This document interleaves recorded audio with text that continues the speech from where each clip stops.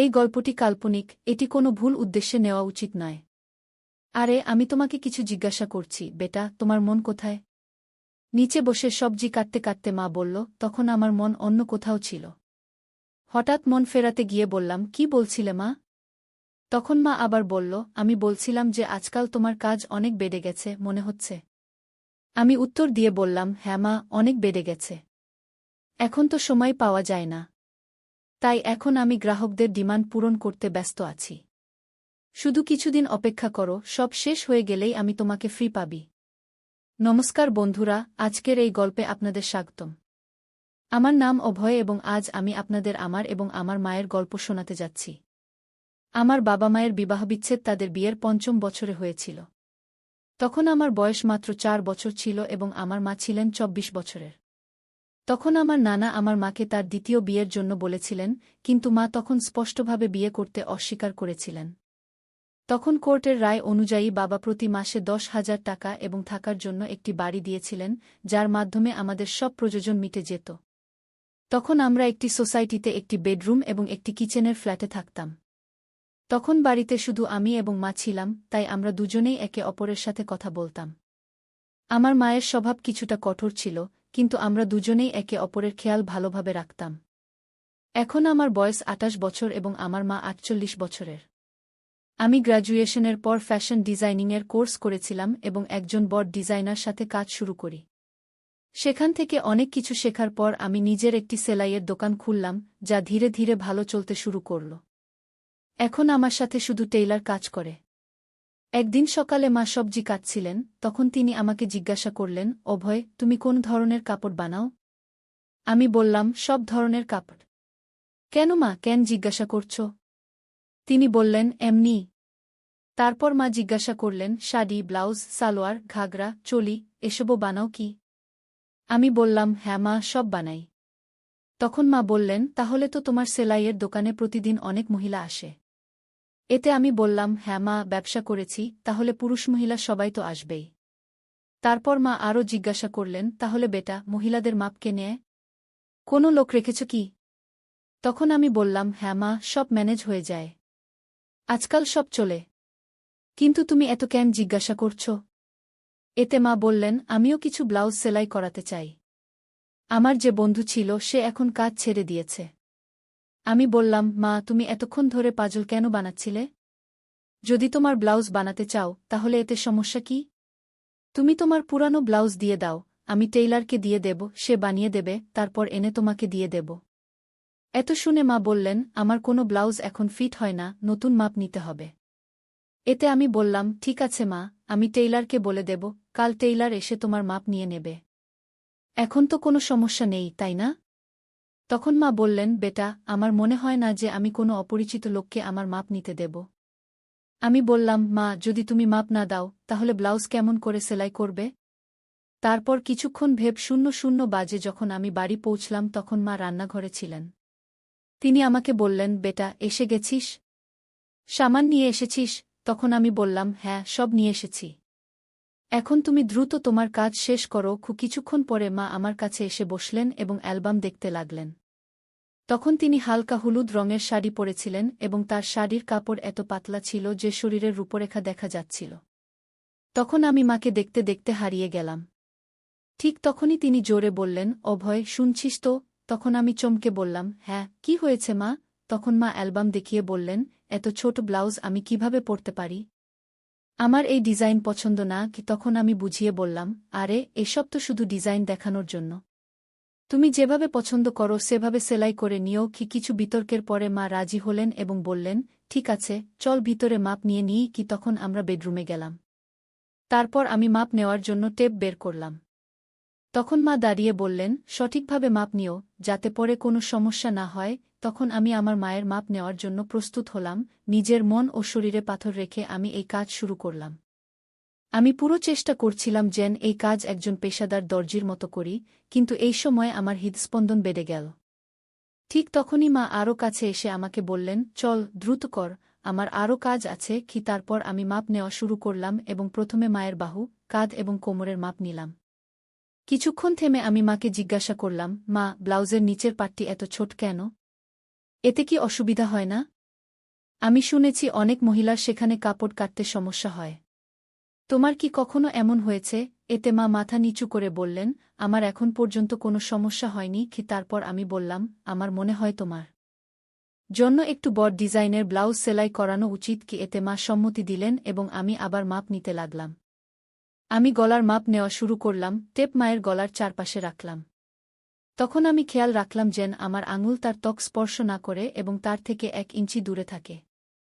তারপর আমি জিজ্ঞাসা করলাম, গলা এত রাখব নাকি একটু কম বেশি করব? কারণ আমার মায়ের গলা একটু বড় ছিল এবং সেখানে কিছু গভীরতা দেখা যাচ্ছিল। তাই আমি একটু হেসে বললাম, মা, তোমার কি ভালো লাগবে? মা হেসে বললেন, বেটা, তুমি তো এখন এই কাজে দক্ষ হয়ে গেছো। আমি উত্তর দিলাম, মা, তুমি যেমন বলবে আমি তেমনই করব। তারপর মা আবার বললেন, টেপ এত দূরে কেন রেখেছ? এটা সঠিক জায়গায় রাখো, তবেই মাপ সঠিক আসবে। কি এ কথা বলে মা টেপ নিজের হাতে সঠিক জায়গা লাগিয়ে দিলেন। এই সময় আমার হাত প্রথমবার মায়ের গলা স্পর্শ করল। তখন আমার মনে হল যেন আমাকে জোরে একটা ঝাঁকুনি দেয়া হয়েছে, কিন্তু আমি নিজেকে নিয়ন্ত্রণে রাখলাম এবং সেই মুহূর্তের পুরো আনন্দ নিলাম। ঠিক তখনই মা বললেন, এই পুরনো ব্লাউজগুলো এখন টাইট হয়ে গেছে। এখন আমি একটু উঁচু এবং গভীর গলার ব্লাউজ সেলাই করানোর ভাবছি। তুমি কি মনে করো অভয়? তুমি তো এত মহিলার কাপড় সেলাই করো, বলো আমার শরীরের জন্য কি এবং কিভাবে ভালো লাগবে? তখন আমি ভাবলাম, যদি আমি এখন আর এক ধাপ এগিয়ে না যাই, তাহলে আমি নিজের মধ্যে সীমাবদ্ধ থেকে যাব। তাই আমি বিভিন্ন কৌশল যখন তাকে দেওয়া হলো, তখন তার মুখে একটি প্রশ্নবোধক ভাব ছিল। তারপর আমি বললাম, মা, সব বলছি, একটু অপেক্ষা করো, আগে একটু পানি খেয়ে আসি। তোমার কি দরকার? তখন সে মাথা নেড়ে না করে দিল। তারপর আমি রান্নাঘরে গিয়ে পানি খেয়ে নিজেকে একটু ঠিক করলাম। তারপর ভাবতে লাগলাম, এখন এইসব করতে গিয়ে আমি পরবর্তী কোনো পদক্ষেপ নেব। তখন আমার মনে 2-3টি বিকল্প এলো। তারপর আমি আবার বেডরুমে ফিরে এলাম। তখন মা তার পল্লু আবার কাঁধে ঠিক করে নিয়েছিলেন। কিন্তু 6 ফুটের বড় আয়নার সামনে তিনি অত্যন্ত সুন্দর দেখাচ্ছিলেন, যাকে আমি আয়নাতেই দেখতে লাগলাম। ঠিক তখনই মা বললেন, কোথায় মন দিয়েছ বেটা, এদিকে দেখো। এখন আমি তোমাকে এই ব্লাউজেই বদলে দেখাচ্ছি, যেমন তুমি আমাকে বলেছিলে যে আমরা গলা 1 ইঞ্চি গভীর করে নিই। তারপর তিনি বললেন, তুমি উপরের হুক খুলে দাও এবং উপরের কিনারাগুলো ভিতরের দিকে মুড়ে দেখো। তখন তিনি ঠিক বুঝতে পারলেন না, তাই তিনি প্রশ্নভরা দৃষ্টিতে আমার দিকে তাকিয়ে বললেন, আমার বুঝতে সমস্যা হচ্ছে, তুমিই করে দাও, আমি তোমার উপরই ছেড়ে দিচ্ছি। তখন তীর সোজা লক্ষ্যে লাগল এবং আমিও এটাই চেয়েছিলাম। তারপর আমি ধীরে ধীরে তার হুক খুললাম এবং কিনারাগুলো উল্টো দিকে ভিতরের দিকে মুড়তে লাগলাম। আমি এটা করছিলাম, আর তিনি নিজেকে আয়নায় দেখছিলেন। তারপর আমি দ্রুত আমার কাজ শেষ করতে লাগলাম। সেই দিন আমিও এক অদ্ভুত শান্তি পাচ্ছিলাম। যখন আমার কাজ শেষ হল, তখন আমি তার এবং ড্রেসিং টেবিলের মাঝখান থেকে সরে একপাশে হয়ে গেলাম এবং তাকে বললাম, দেখো, এখন এটা ঠিক যেমন তুমি চেয়েছিলে, 1 ইঞ্চি গভীর, কেমন লাগছে এখন বলো। তারপর মা ব্লাউজের দিকে তাকালেন এবং আমাকে বললেন, অভয়, সত্যি বলছি, এমন গলায় আমার খুব আরাম লাগে। এমন ব্লাউজ পরলে মনে হয় না যেন হাঁসকে জলে ভাসিয়ে দেওয়া হয়েছে। তারপর আমি বললাম, মা, রাগ করো না, কিন্তু একটা কথা বলি। এখন আমি পরবর্তী পদক্ষেপ নিয়ে তাকে আরও স্বাচ্ছন্দ্য বোধ করানোর চেষ্টা করতে চাই। তখন মা হেসে বললেন, না রে অভয়, আমি তোমার উপর কিভাবে রাগ করতে পারি, বলো না যা বলতে হবে। তখন আমি সতর্কভাবে বললাম, এত গভীর গলার ব্লাউজে সবকিছু খুব বেশি দেখা যায় এবং এটা একটু অদ্ভুত লাগে। এটা শুনে মা তার ব্লাউজের 3 ইঞ্চি ভিতরের দিকে মুড়ে নিলেন এবং হেসে বললেন, আমাকে কে দেখবে অভয়? বাড়িতে তো আমরা দুজনেই থাকি, আর বাইরে আমাকে খুব কমই যেতে হয়। যাই হোক, তোমার সামনে আমার কোনো সমস্যা হয় না।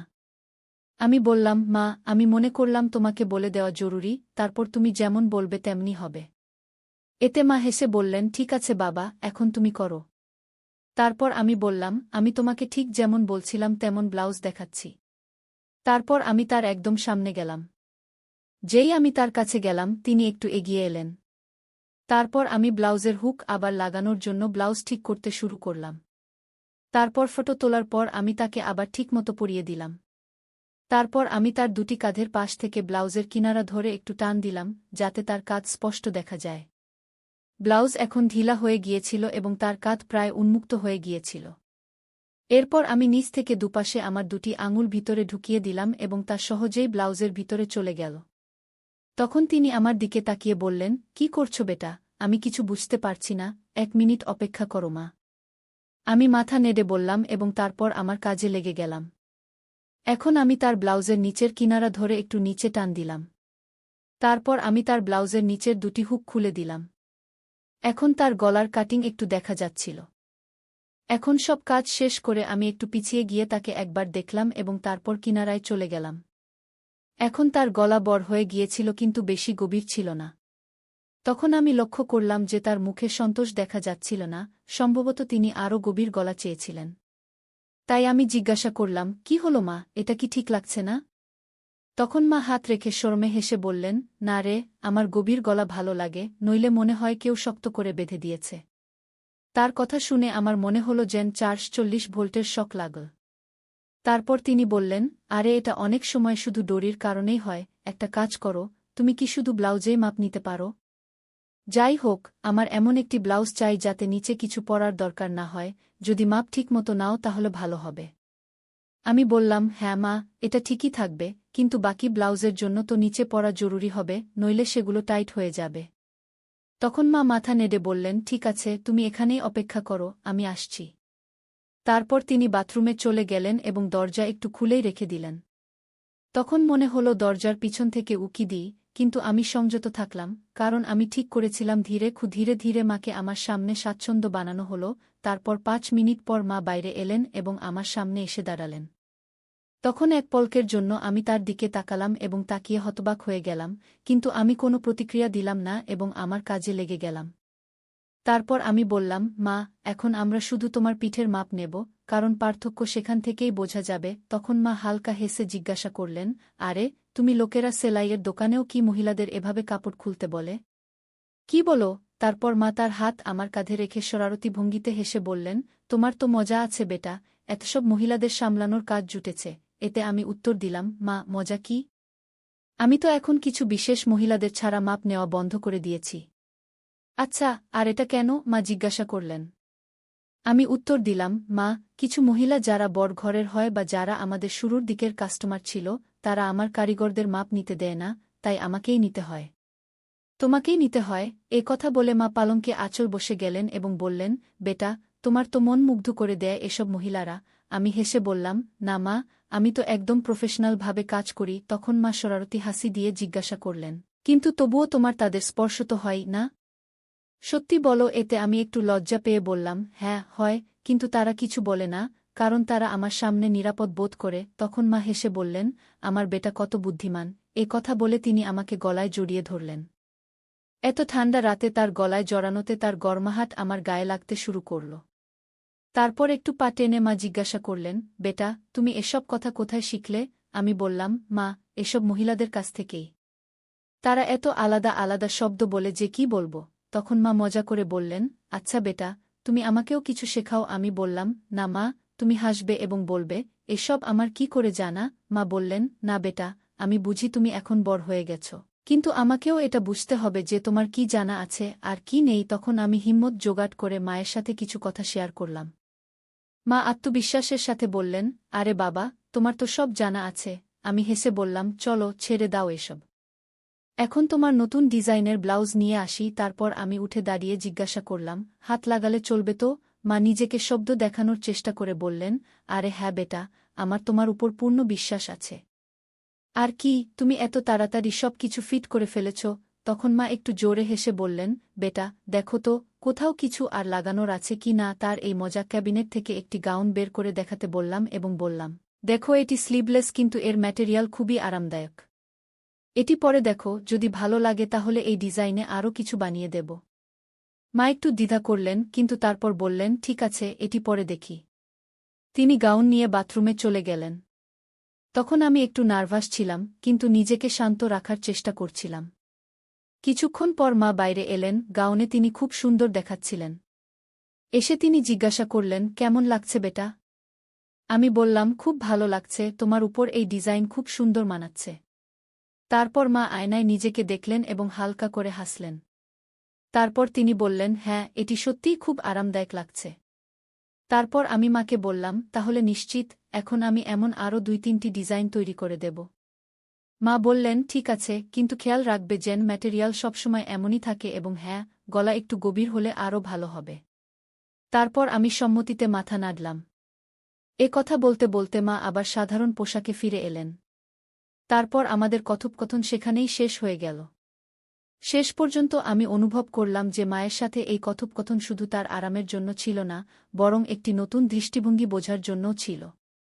এটি এমন একটি মুহূর্ত ছিল যেখানে আমরা দুজনেই একে অপরের অনুভূতিকে আরও ভালোভাবে বুঝতে পেরেছিলাম। তাই বন্ধুরা, এটা ছিল আমাদের আজকের ছোট্ট গল্প। আপনাদের এই গল্প কেমন লাগলো কমেন্ট করে অবশ্যই জানাবেন। আর যদি গল্পটি পছন্দ হয়ে থাকে তাহলে লাইক করুন এবং আপনার বন্ধুদের সাথে শেয়ার করুন। আগামীতেও এমন রোমাঞ্চকর গল্পের জন্য আমাদের চ্যানেল সাবস্ক্রাইব করুন এবং বেল আইকন প্রেস করতে ভুলবেন না, যাতে আপনি আমাদের কোনো গল্প মিস না করেন। ধন্যবাদ।